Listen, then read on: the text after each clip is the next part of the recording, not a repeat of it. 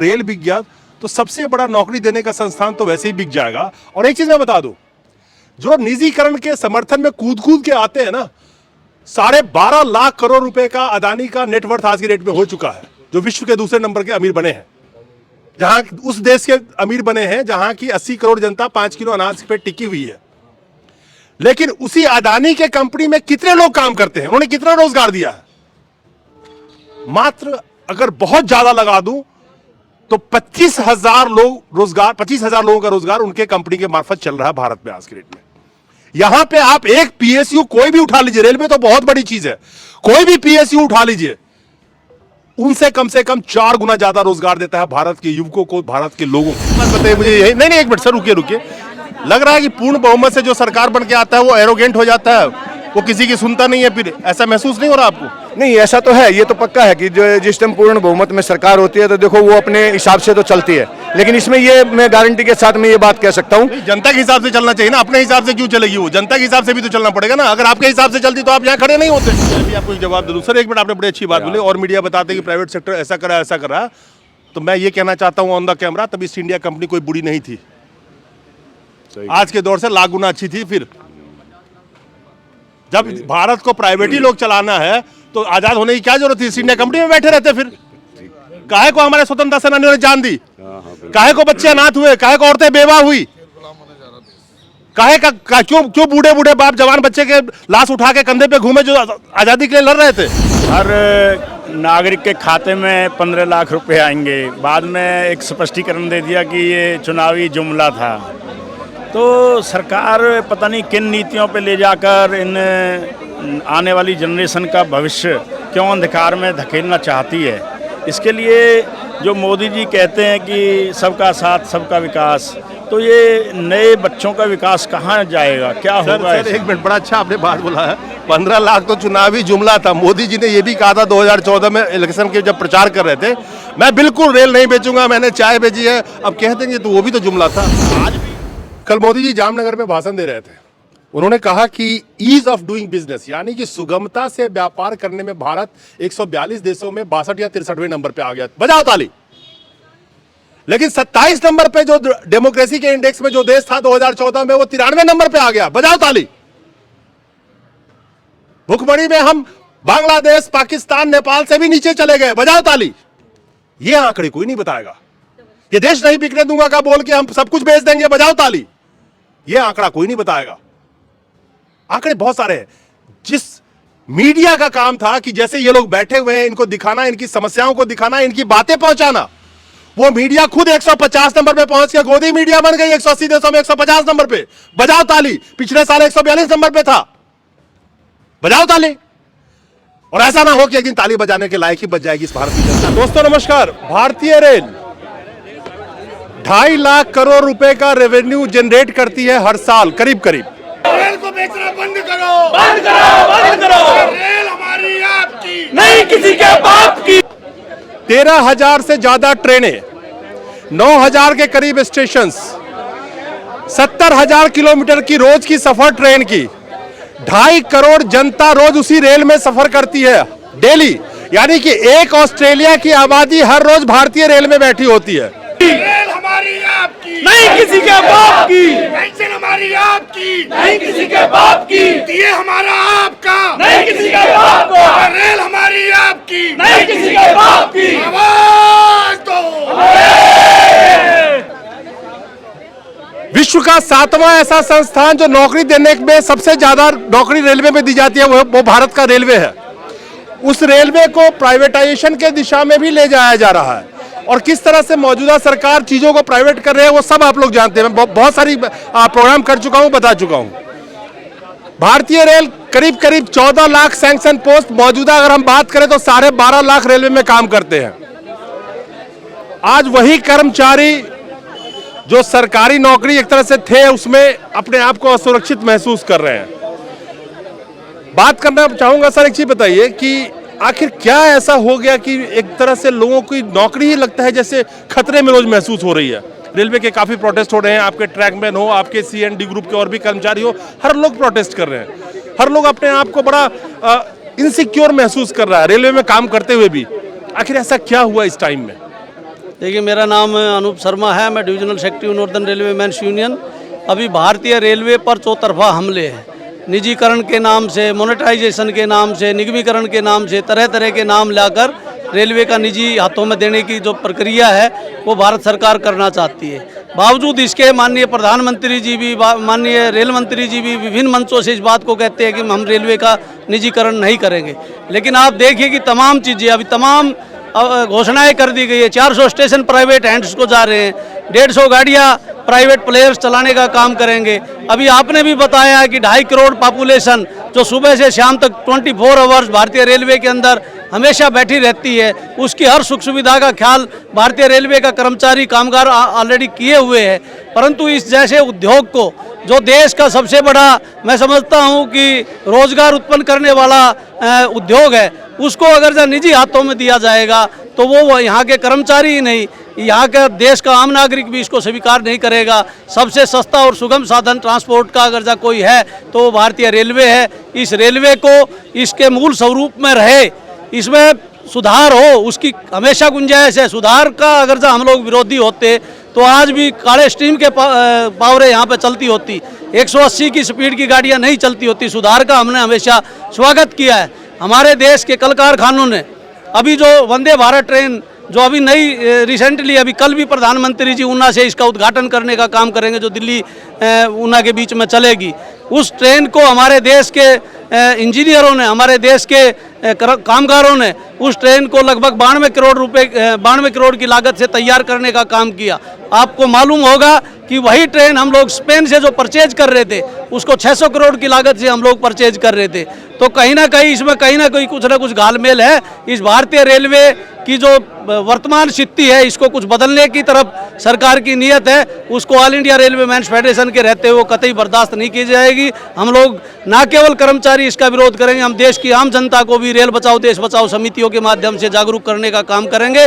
और 7300 railway station पर हम ये समितियां बनाने जा रहे हैं, जिससे देश के आम बुद्धिजीवियों को, पत्रकारों को, वकीलों को, जो गैर पॉलिटिकल लोग हैं, हम उनको इसमें शामिल करने का काम करेंगे। एक बार बताओ सर, कभी सोचा था कि इस उम्र में नौकरी के लिए भी मतलब हल्ला करना पड़ेगा? अब आके जवानी में आपने मेहनत करी होगी, रेलवे में नौकरी पाई होगी, मेहनत करी होगी, आपके जो पेरेंट्स रहे होंगे, मुझे नहीं पता आपका बैकग्राउंड क्या है, लेकिन अगर आम मध्यम वर्गीय परिवार होंगे तो कितना पैसा खर्च करके पढ़ाई लिखाई सब कुछ कराया होगा एक अच्छी नौकरी और अच्छे भविष्य के लिए आपके। लेकिन जब आपका एक तरह से ढलान की तरफ आप हैं तो आज आप खड़े हैं मतलब अपनी नौकरी बचाने के लिए। देखिए, हम लोग तो अपनी नौकरी पूरी करके रिटायर हो गए हैं, लेकिन जो हालात हैं वो ये लग रहे हैं कि जो हमारे देश की आबादी है, जो हमारे नौजवान बच्चे हैं, जिनको नौकरी की आवश्यकता है, जिनको रोजगार की आवश्यकता है, अगर सरकार इन्हीं नीतियों पर चली तो उनका भविष्य बहुत अंधकारमय हो जाएगा। इसीलिए ऑल इंडिया फेडरेशन इस बात को लेकर के पूरी शिद्दत के साथ संघर्ष कर रहा है कि जो रेलवे को किसी भी हालत में निजी हाथों में नहीं सौंपने दिया जाएगा। और मैं आपको यह बात बता देना चाहता हूँ कि चाहे जितनी भर भी मजबूत सरकारें रही हों, इंदिरा गांधी की सरकार भी बहुत मजबूत सरकार बनी थी। 1971 में इंदिरा गांधी जो है वो 2/3 बहुमत के साथ सरकार में आई। उन्होंने भी अपनी बहुत सारी नीतियाँ रेल पर लागू करने का प्रयास किया, लेकिन ये ऐसा फेडरेशन है जिसने सन 74 में हड़ताल की और इंदिरा गांधी को भी इमरजेंसी लगानी पड़ी और उसके बाद इंदिरा गांधी की सरकार भी चली गई। ये फेडरेशन कोई मामूली फेडरेशन नहीं है, बहुत बड़ा संगठन है। एक बात बड़ा अच्छा बोला, एक बात इन्होंने बड़ी अच्छी बोली है, वो नौजवान को सोचना चाहिए। इन्होंने कहा ना कि हमने तो नौकरी अपनी पूरी कर ली। 64% मौजूदा भारत की जनसंख्या के 64% उसमें युवा है और वो युवा सोचे कि आपकी भी लड़ाई ये लड़ रहे हैं। आने वाले वक्त में आपका जो भविष्य अंधकार में तो आज भी है, आने वाले वक्त में और गहरा अंधेरा छाएगा। तो ये लोग जो खड़े हैं ये समझिए अपने लिए तो नहीं सिर्फ खड़े हैं, ये नवयुवकों के भविष्य को भी देखते हुए खड़े हैं। इनके भी बच्चे होंगे, उनके भी बच्चे होंगे, इन सबके बच्चे होंगे। ये जानते हैं कि आने वाले युवा का भविष्य किस अंधकार की तरफ धकेला जा रहा। तो अगर आप ये सोच रहे हैं कि ये अपनी लड़ाई लड़ रहे हैं, बिल्कुल कतई नहीं, ये उन 64% युवाओं की भी लड़ाई लड़ रहे हैं खड़े होकर के। और ये संदेश दे रहे हैं कि आप सोच लीजिए, वो युवा सोच ले कि उसका भविष्य का क्या हाल होगा। वहाँ दूसरे डिवीजन वाले बैठे हुए हैं, कॉमर्शियल डिवीजन बैठे हुए हैं, यहाँ पे अकाउंट सेक्शन वाले बैठे हुए हैं, रेखा मंडल। तो आप लोग भी विरोध कर रहे हैं रेलवे का, लेकिन एक चीज़ बताइए, विश्व का 7वां सबसे बड़ा संगठन नौकरी देने के मामले में। ये बात जनता को क्यों नहीं समझ में आ रही है कि अगर रेल बिक गया तो सबसे बड़ा नौकरी देने का संस्थान तो वैसे ही बिक जाएगा। और एक चीज़ मैं बता दूं, जो निजीकरण के समर्थन में कूद कूद के आते हैं ना, 12.5 लाख करोड़ रुपए का अदानी का नेटवर्थ आज की डेट में हो चुका है, जो विश्व के दूसरे नंबर के अमीर बने हैं, जहां उस देश के अमीर बने हैं जहां की 80 करोड़ जनता 5 किलो अनाज पे टिकी हुई है। लेकिन उसी अदानी के कंपनी में कितने लोग काम करते हैं, उन्होंने कितना रोजगार दिया है? मात्र अगर बहुत ज्यादा लगा दूं तो 25,000 लोगों का रोजगार उनके कंपनी के मार्फत चल रहा है भारत में आज के डेट में। यहां पे आप एक पीएसयू कोई भी उठा लीजिए, रेलवे तो बहुत बड़ी चीज है, कोई भी पीएसयू उठा लीजिए, उनसे कम से कम 4 गुना ज्यादा रोजगार देता है भारत के युवकों को, भारत के लोगों को। तो निजीकरण के सपोर्ट में जो कूद के आते हैं कि कॉरपोरेट रोजगार देगा, वो गलत फहमी में कतई ना रहे। और ऐसी बात वही करते हैं जो बिल्कुल ही अंगूठा छाप होंगे, जिनको पढ़ाई लिखाई से कोई वास्ता नहीं होगा, सिर्फ किसी पार्टी और पॉलिटिक्स का झंडा उठा के घूमते होंगे। खैर, मुझे आप बताइए, रेलवे का निजीकरण, भारत की आत्मा रेलवे, 80 करोड़ जनता जो 5 किलो अनाज में टिका रखी है, उनके चलने का एकमात्र सहारा रेलवे।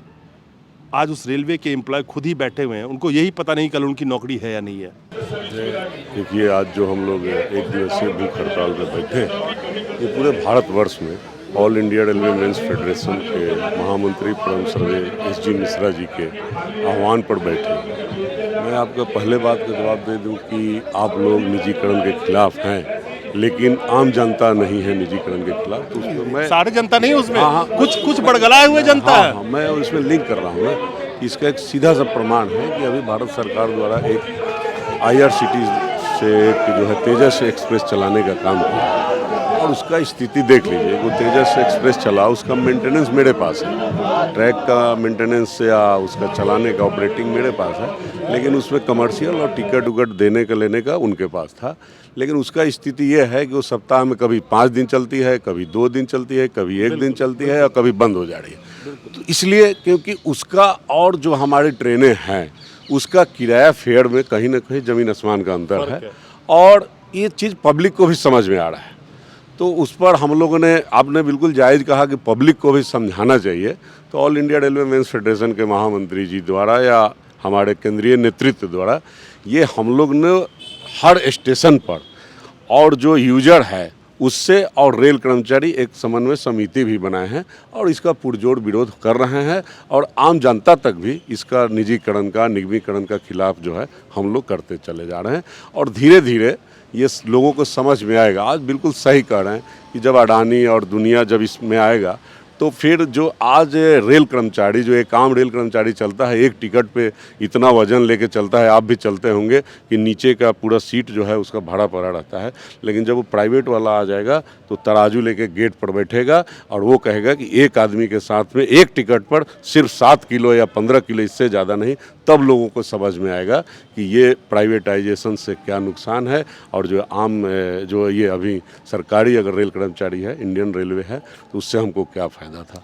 सवाल ये है कि मोदी जी ने एक बार कहा था, चुनाव जब चल रहा था 2014 का, मैं रेल का कैसे निजीकरण कर सकता हूं, मैंने चाय बेची है वडनगर रेलवे स्टेशन पे। लोग ये झूठा आरोप लगा रहे हैं, मैं देश नहीं बिकने दूंगा का बहुत अच्छे से वो गाना सुनाते थे। आज देश में हर चीज़ प्राइवेटाइजेशन की तरफ ले जाया जा रहा है, लेकिन रेलवे में बड़ी तरीके से हम कह सकते हैं कि जिस तरह से स्टेशन को पहले, फिर प्राइवेट ट्रेनें, तो ये तो ऑलमोस्ट शुरुआत हो चुका है। ये तो सिर्फ नब्ज टटोलने की बात है कि आप कितना विरोध कर पाते हैं, और जैसे ही उनको लगेगा कि अब सब शांत हो गया तो पूरा रेलवे कर ही दिया जाएगा एक ना दिन। इसी चीज़ का हम लोग विरोध किए हुए हैं। देश के आम जनता को भी हम लोग इसमें अपने आंदोलन में शामिल करने वाले हैं, क्योंकि ये रेलवे अगर जो सरकारी सेक्टर में रहेगी तो सभी को इसका लाभ होगा। जैसा अभी आपने चर्चा की है, रेलवे अपने संसाधनों से 14.5 लाख जो रेलवे कर्मचारी, जो रिटायर्ड रेलवे कर्मचारी है, उनको भी पेंशन देने का काम करती है। ये ऐसा उद्योग है जो कभी घाटे में जा नहीं सकता है, और किसी भी जो प्राइवेट प्लेयर है वो टिकटें फाड़ने के लिए रेलवे में नहीं आ रहा है। 2021-22 में भी 38% बढ़ोतरी हुई है रेलवे के रेवेन्यू में। रेलवे के रेवेन्यू में इस बार भी 40% की बढ़ोतरी होने का काम हुआ है। हमने जो हमारे निर्धारित लक्ष्य थे माल भाड़े के, उससे ज़्यादा माल भाड़ा ढोने का काम किया है। हम लोग इस रेलवे को बेहतर चला सकते हैं। अगर जा किसी ने प्राइवेट सेक्टर ने कंपटीशन करना है तो हमारे जितना इंफ्रास्ट्रक्चर डेवलप कर ले और फिर हमारे साथ में कंपटीशन करे।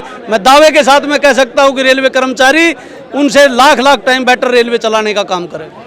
मेरा सवाल आपसे है, आप जरा सामने आइए मेरे। कभी सोचा था कि इस उम्र में अपने नौकरी को बचाने के लिए प्रोटेस्ट कर रहे होंगे, पेंशन के लिए प्रोटेस्ट कर रहे होंगे, रेलवे प्राइवेटाइजेशन की तरफ ले जाया जा रहा है, कभी सोचा था कि रेलवे प्राइवेट भी हो जाएगा?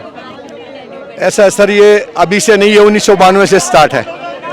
प्राइवेटाइजेशन के नाम से जो है ना, सरकारें सारी एक जैसी हैं। जो पहले आई ये है, एक सांपनाथ है, एक नागनाथ है। पहले की जो सरकारें थी वो थोड़ी सी स्लो स्पीड थी, क्योंकि वो पूर्ण बहुमत में नहीं थी। ये पूर्ण बहुमत में सरकार है, इसलिए ये इसकी स्पीड थोड़ी सी इसने ज्यादा कर दी है। तो एक बात बताइए मुझे, यही नहीं एक मिनट सर, रुकिए।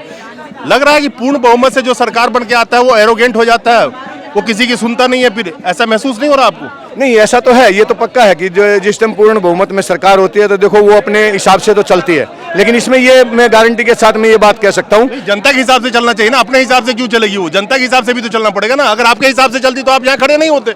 नहीं, जनता के हिसाब से चलेगी वो, ऐसे तो नहीं है। लेकिन फिर भी कुछ जो है ना नई नीतियां होती हैं वो आदमी सरकार चलाती है। लेकिन मैं ये कहता हूं कि दोनों कभी भी सरकार रही हो, चाहे ये सरकार है चाहे पिछली सरकारें रही हो, सभी सरकारों ने कर्मचारियों के साथ किया। लेकिन इसकी स्पीड इतनी ज्यादा है और इसको AIRF NRMU दोनों के दोनों रोकने में सक्षम है। इसको किसी भी कीमत पे प्राइवेट नहीं होने दिया। पिछली सरकार ने बनाया वही तो बेचा जा रहा है। मोदी जी ने एक भी PSU का निर्माण नहीं किया, कुछ भी नहीं बनाया उन्होंने। पिछले का बनाया हुआ तो बेच रहे हैं। पिछले वाले ने अगर 2-3 बेचा भी, मान लीजिए अगर 10 साल की बात करें, चार संस्थान मनमोहन सिंह ने प्राइवेटाइज किए तो बनाया भी उन्होंने। तो कहते हैं कि बनाने आता है तो नहीं, मतलब लिखने आता है तो नहीं, मिटाने आता है तो दोनों हाथ से।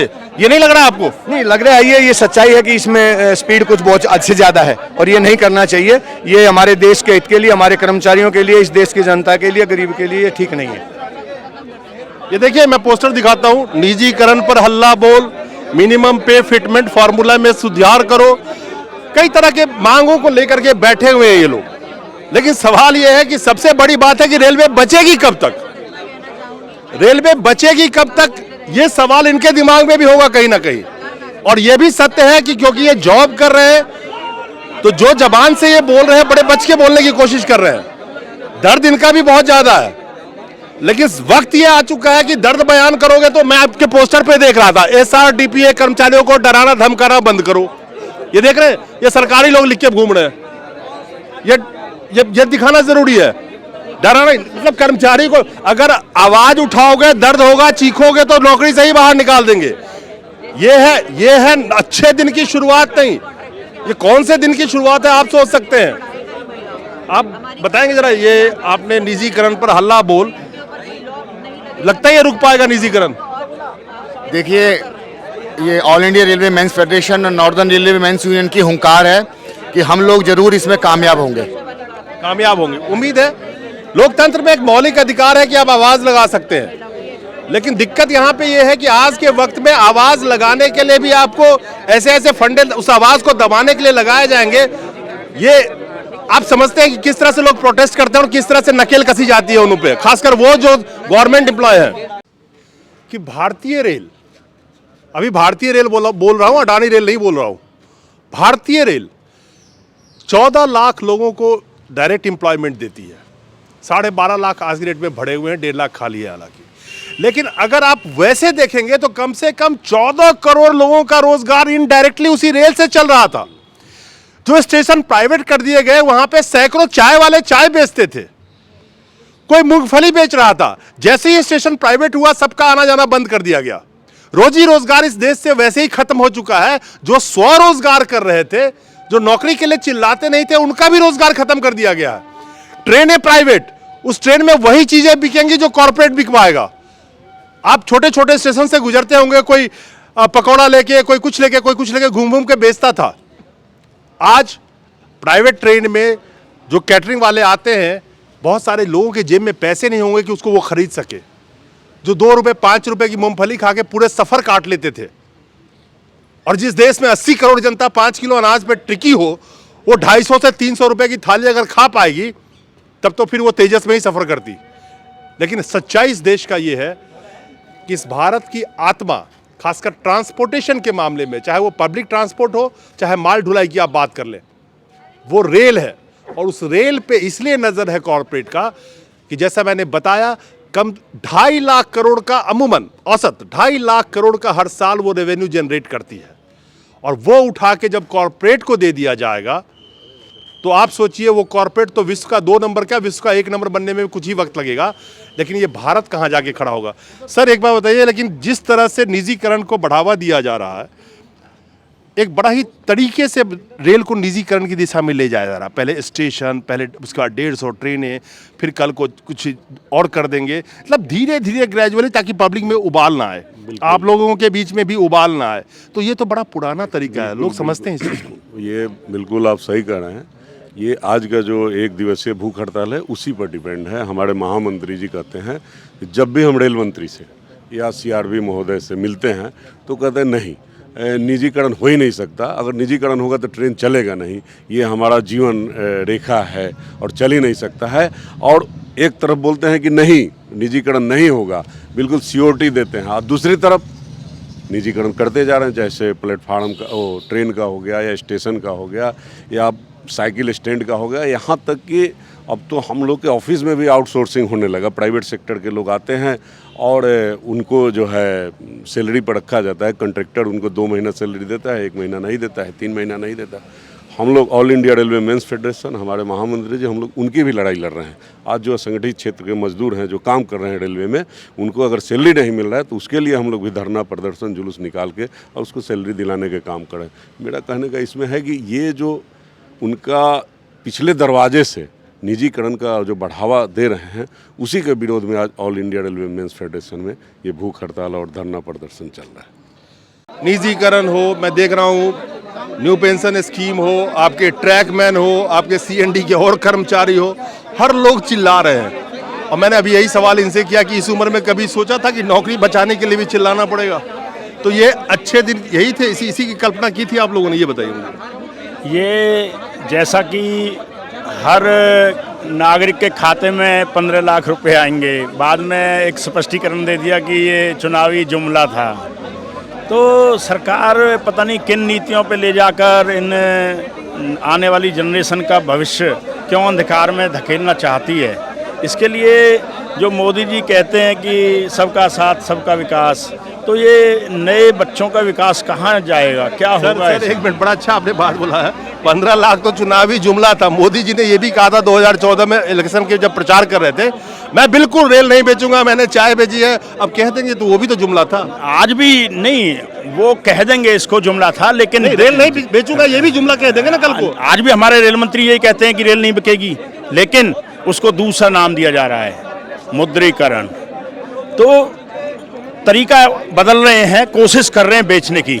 लेकिन आज हमारा रेल का कर्मचारी सजग है, हमारा संगठन मजबूत है, और हम इस संगठन को और अपने जो नौजवान हमारे कर्मचारी साथी आए हैं उनका सहयोग के साथ इसको बचाने की कोशिश करेंगे।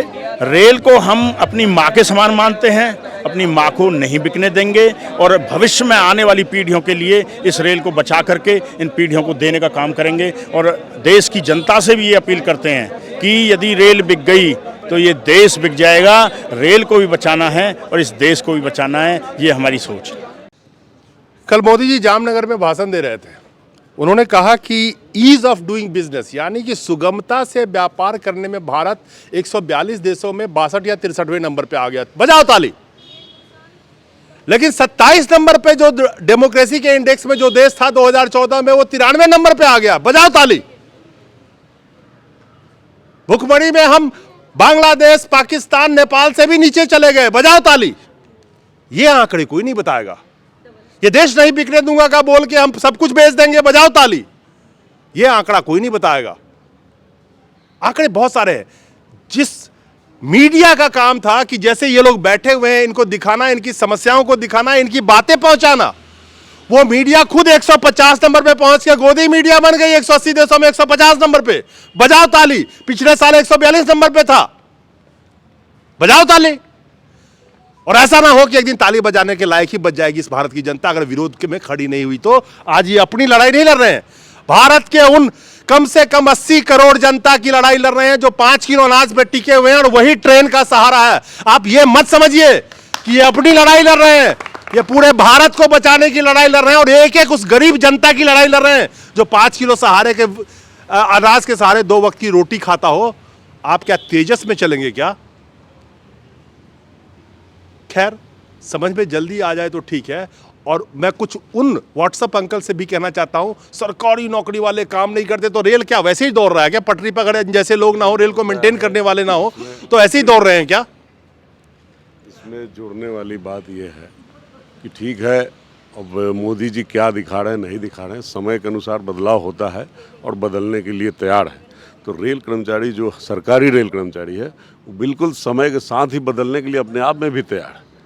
पहले हमारे यहाँ पेपर से काम होता था, कागज़ पे काम होता था, उस समय भी मेरा कर्मचारी करता था। आज कंप्यूटर पे भी काम हो रहा है, उसमें भी हमारा कर्मचारी कर रहा है। आप खोलिए वैकेंसी, जितने वैकेंसी है उसको फिलअप करिए, देखिए काम आपका चल रहा है। जैसे प्राइवेट सेक्टर काम देगा वैसे जो है रेलवे कर्मचारी काम करने के लिए तैयार है, किसी भी चीज़ में पीछे नहीं है।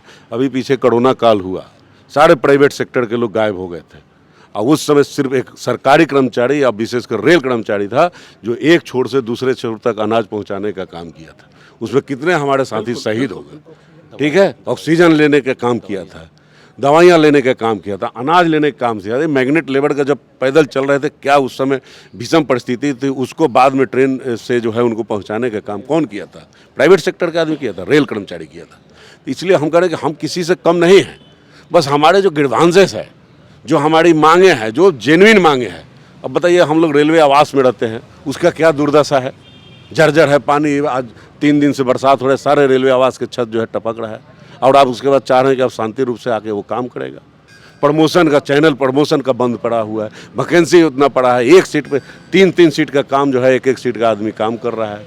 न्यू पेंशन स्कीम है, हर स्टेट जहाँ जहाँ देखिए, अभी आपके सामने पीछे इलेक्शन हुआ, 3-4 स्टेट जो है अपने न्यू पेंशन स्कीम जो है, ओल्ड पेंशन स्कीम जो है लागू किया, न्यू पेंशन स्कीम खत्म करने का काम किया। तो आप भी करिए, दीजिए फैसिलिटीज, हम लोग दिखाते हैं प्राइवेट सेक्टर से आगे बढ़ के काम करने के लिए हमारे रेल कर्मचारी। नहीं, फैसिलिटी दे देंगे तो फिर बेच नहीं पाएंगे ना। अब वो उनकी अपनी सोच है, उसमें हम नहीं कर नहीं बोलेगा, लेकिन सच्चाई तो यही है ना। बीएसएनएल कैसे खत्म किया गया? एक बार बताइए, 27 पीएसयू के बैंक थे, आज 12 क्यों बचे? 12 इसलिए बचे, मैं बताता हूं ना, क्योंकि जो 2.5 लाख करोड़ का एनपीए था, एग्जैक्ट बता रहा हूं, 2,51,000 करोड़ का एनपीए था 2014 में, वो 25 लाख करोड़ को क्रॉस कर गया। बैंक का कॉपी किताब ठीक करने के लिए उसको आपने मर्ज कर दिया। अब 12 में से उसको भी लाइन में लगा रखा है, उसको भी प्राइवेटाइज करने में। तो बैकबोन, जिस देश की इकोनॉमी का बैकबोन उसके वहां की बैंकिंग सिस्टम होती है, वहां की ट्रांसपोर्टेशन जो आपकी रेल है, वो उस जैसी अर्थव्यवस्था होती है जिसकी वजह से देश आगे बढ़ता है। आप लोग भारत के निर्माता रहे हैं, देश कैसे तरक्की किया? आज जो लोग कंप्यूटर चला रहे हैं, या लोगों का जो विकास हुआ, रेल ही पहले साधन था ना गरीबों का। बिल्कुल बिल्कुल, इसी से तो यहां से वहां जाते थे, तभी तो उन्होंने दुनिया देखा। तो आप तो भारत के निर्माता रहे हैं, और आप आज अपने भविष्य के लिए यहां पे बैठ के रो रहे हैं। रो रहे हैं कि नहीं रो रहे हैं? बिल्कुल बिल्कुल, ये भूख हड़ताल पे बैठना और गेट मीटिंग करना और धरना प्रदर्शन करना उसी को दर्शाता है। लेकिन मैं इतना आश्वस्त करता हूं कि कहीं से रेल कर्मचारी किसी भी तरह का नया काम करने में पीछे नहीं रहता है, आगे बढ़ के ही काम करता है। पीछे रहेगा सर। और सुनिए एक मिनट, इसलिए कर नहीं, आप अब किस मीडिया से नहीं, और मीडिया दिखाता है ना कि प्राइवेट सेक्टर ने ये किया वो किया, मैंने प्राइवेट सेक्टर के बढ़ावा देने के लिए, तो उसमें सरकारी कर्मचारी को थोड़ा सा अलग तरीके से दिखाया जाता है। लेकिन मैं दावे के साथ कह रहा हूँ कि सरकारी कर्मचारी भी बदल गया है, और वो भी बिल्कुल वो प्राइवेट सेक्टर के जिस तरह का भी काम होगा उसको काम को उसी तरह का काम करने के लिए। आखिरी में मैं भी आपको एक जवाब दे दूं सर। एक मिनट, आपने बड़ी अच्छी बात बोली, और मीडिया बताते हैं कि प्राइवेट सेक्टर ऐसा करा, तो मैं ये कहना चाहता हूं ऑन द कैमरा, तब ईस्ट इंडिया कंपनी कोई बुरी नहीं थी, आज के दौर से लाख गुना अच्छी थी। फिर जब भारत को प्राइवेट ही लोग चलाना है, तो आजाद होने की क्या जरूरत थी? ईस्ट इंडिया कंपनी में बैठे रहते। फिर काहे को हमारे स्वतंत्रता सेनानियों ने जान दी? काहे को बच्चे अनाथ हुए? काहे को औरतें बेवा हुई? काहे का क्यों बूढ़े बूढ़े बाप जवान बच्चे के लाश उठा के कंधे पे घूमे, जो आजादी के लिए लड़ रहे थे? बिलियंस डॉलर का रेलवे का इंफ्रास्ट्रक्चर जो आम जनता के पैसों से डेवलप किया गया 1853 के बाद से, उस इंफ्रास्ट्रक्चर को मैंने एक उदाहरण दिया था ना कि 5 स्टार होटल किसी और के पैसे से बना दिया जाए, उसमें आपके बेटे को बिठा दिया जाए कल मालिक बना के, तो वो करोड़पति रात के रात हो गया ना। इसी तरह से कॉरपोरेट जैसे विश्व के दूसरे नंबर के अमीर जो से बन रहे हैं भारत में, वो कैसे बन रहे हैं? आम जनता के पैसों से बनी हुई इंफ्रास्ट्रक्चर, उस इंफ्रास्ट्रक्चर को कौड़ी के भाव में दिया जा रहा है कॉरपोरेट्स को। तो वो तो विश्व का दूसरा क्या, कल को आपका बेटा भी बन जाएगा, किसी और का जमीन उसके नाम कर दीजिए आप। सवाल ये है कि मेरे साथ और भी लोग हैं, आप लोग एक चीज बताइए आप लोग कि जिस तरह से रेलवे को प्राइवेटाइजेशन की दिशा में ले जाया जा रहा है, शायद मौजूदा सरकार को लग रहा है कि आप लोग समझ नहीं पाएंगे, लेकिन आप लोगों को पूरा एहसास ये हो चुका है कि किस तरफ रेलवे को ले जाया जा रहा है। उस रेलवे को बचाएं, कैसे बचाएंगे आप लोग? देखिए, आज का कर्मचारी ऐसा नहीं है कि वो अनभिज्ञ है किसी चीज़ से। वो सरकार की जितनी भी ये पॉलिसियां हैं उनको बहुत अच्छी तरह से समझते हैं, और ये आज जो उठी आवाज़ उठा रहे हैं और लगातार जो ऑल इंडिया रेलवे फेडरेशन इस आवाज़ को उठाई जा रहा है, वो इसी विरोध में और इसी इनकी पॉलिसियों को समझते हुए इनका विरोध कर रहे हैं। हर रोज जब ये घर से निकलते होंगे तो लगता होगा कल मेरी नौकरी रहेगी या नहीं रहेगी। सच्चाई है ये, सच्चाई यही है कि आज के वक्त में चाहे वो पीएसयू में काम करने वाला एम्प्लॉय हो, चाहे वो बैंकों में काम करने वाला एम्प्लॉय हो, चाहे अन्य किसी भी सेक्टर में पीएसयू हो या पूरा सरकारी हो, नींद इन लोगों की आज के डेट में जा चुकी है, सुकून छीन चुका है। जो ये सोच के नौकरी कर रहे थे कि ठीक है कम से कम हमारा जो भविष्य है, हमारा रिटायरमेंट के बाद सब कुछ सेफ होगा, आज कहीं ना कहीं खतरा में इनको लग रहा है। तो अच्छे दिन का वादा करके जो आए थे, इनके तो रिटायरमेंट के बाद भी अच्छे दिन नजर नहीं आ रहे हैं। दूसरा मुद्दा आप लोगों का एक न्यू पेंशन स्कीम का ही मैं देख रहा हूँ, उसका भी आप लोग विरोध कर रहे हैं। पूरे तौर पर हम लोग विरोध कर रहे हैं। हमारा ऐसा मानना है कि new pension scheme no pension scheme है। अगर जो ये इतनी अच्छी स्कीम है तो ये तमाम पहले इसको मेंबर पार्लियामेंट्स पर लागू करने का काम करें। हम लोग 40 साल 35 साल 37 साल रेलवे में नौकरी करते हैं। अगर जब कोई एक दिन के लिए भी सांसद या विधायक बन जाता है तो उसको पेंशन मिलती है, ना केवल उसको एक दिन की पेंशन मिलती है, अगर जब वो 7 टर्म भी बन गया तो 7 पेंशनें लेने का काम करता है। ये सोशल सिक्योरिटी जो मिली हुई थी उसको छीन लिया गया है। सोशल सिक्योरिटी लोगों को मिलनी चाहिए। अभी उसके रेफ्रिकेशंस भी देखने को मिल रहे हैं। जो साथी एक 2004 के बाद में भर्ती हुए हैं, आज जो रिटायर हो रहे हैं, कुल एक साथी की 1836 रुपये पेंशन बनी है। तो जो हम लोगों को पहले हमारे साथियों ने लड़के ली थी, हमारे को जो पुरानी पेंशन के अंदर जिस दिन कर्मचारी रिटायर होता है उसका 50% उसको पेंशन के रूप में मिलता है। वो सामाजिक सुरक्षा मिलनी चाहिए, क्योंकि बुढ़ापे के अंदर ही सबसे ज़्यादा सामाजिक सुरक्षा की आवश्यकता है। जवानी तो आदमी किसी न किसी रूप से निकाल लेता है, बुढ़ापे के अंदर तमाम रोग उसको घेर लेते हैं, तमाम उसकी जिम्मेवारियां बढ़ जाती है। इसलिए जो ये सामाजिक सुरक्षा हम लोगों को मिलती थी ये कंटिन्यू मिलनी चाहिए। इस न्यू पेंशन स्कीम को तमाम जो स्टेट्स हैं उन्होंने इसको रद्दी की टोकरी में डालने का काम किया है। आने वाले कल के अंदर तमाम पॉलिटिकल पार्टीज़ ने ये अपने मैनिफेस्टो में डालने का काम किया है। हमें पूरी उम्मीद है कि भारत सरकार इसके बारे में विचार करेगी और इस एनपीएस को रद्द कर पुरानी पेंशन को बहाल करने का काम करेगी। बड़ी अच्छी बात इन्होंने कही कि रेल हमारी माँ की तरह है, और हकीकत यह है कि रेल पूरे भारत की आत्मा है। रेल एक ऐसा साधन था जिस खासकर जो गरीब होते थे वो 100-200 रुपए में 500 किलोमीटर चले जाते थे। आज के वक्त में किराया कहां से कहां पहुंच गया वो एक अलग चीज है।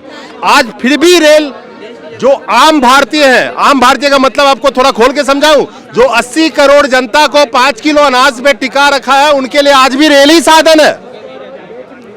80 करोड़ जनता, समझ रहे हैं आप?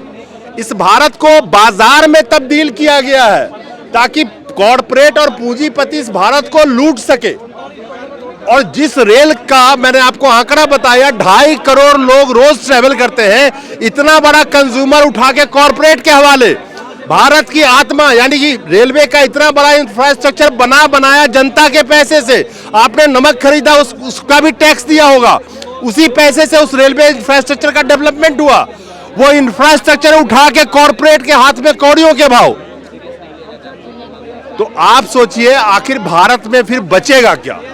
अगर रेल चला गया, जैसे इन्होंने कहा रेल बिक गया तो भारत बिक गया एक तरह से, ये बिल्कुल जायज बात है।